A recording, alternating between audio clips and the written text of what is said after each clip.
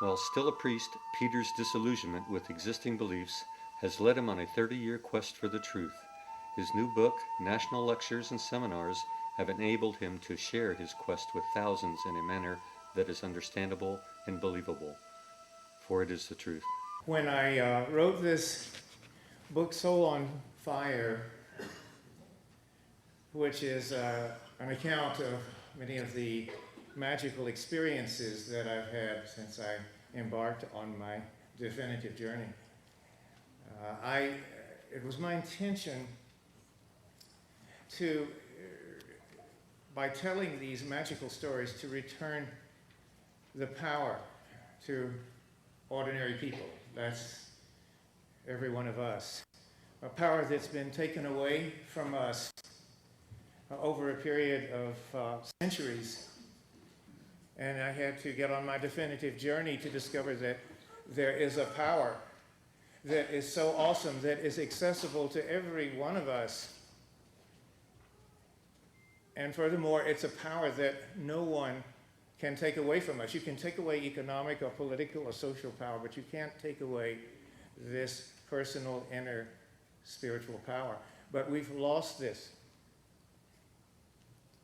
And so it is my intention then to help return the power to ordinary people.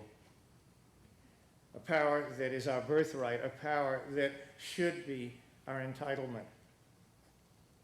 When I was a priest in the church during my 10 years, I became haunted by one of the passages in Scripture, and it's one of the most well-known, when Christ says, "Why are ye so amazed? These things and more shall ye be able to do." And I believe he was talking to his disciples when he said this, or a group of followers. The woman did not get in touch with me, and I assumed that she had died, as predicted. 6 months later, I heard about this woman that was going around town telling everybody about the priest that had healed her of cancer when she was dying. And I don't know why she called me, but I guess that she must have thought, well, he must be psychic, so he should know that I'm okay.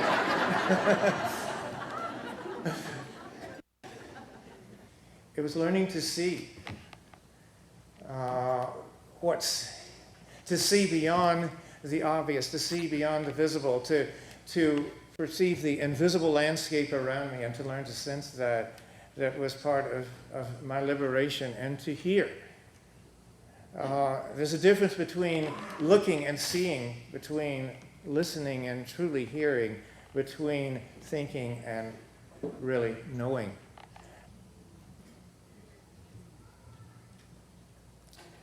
This is the shift that we have to make in this time, is to learn to see and hear with our inner senses, and to know without thought. There is a knowledge that is more than knowledge. It is deeper than words. And this is the kind of knowledge I'm speaking of. Many of people in mainstream Christianity still look for the return of Christ. And Jewish people still await the coming of their Messiah. New Age people, many of them expect the star people to come down and set things right. That would be nice, wouldn't it? It would take us off the hook, wouldn't it? And the Hopis and some of the tribal people believe that the Kachinas, who are sacred beings from the stars, will come and set things right. The Hopis have this prophecy, in fact, that when human beings have lost connection with the source, and there is violence and everywhere, and we have and the earth herself is dying, then the Kachinas, or the star beings, will return.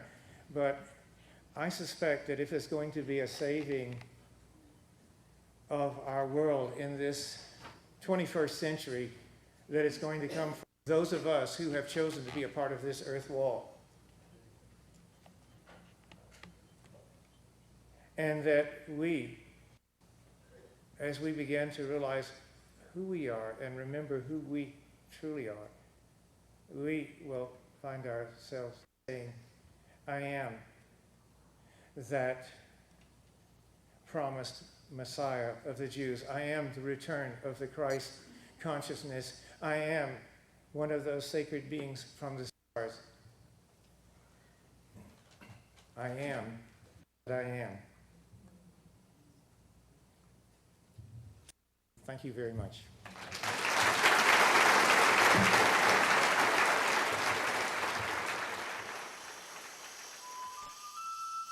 Peter's sharing of many beliefs and experiences have led full circle past the present-day illusions into the realm of ancient truth.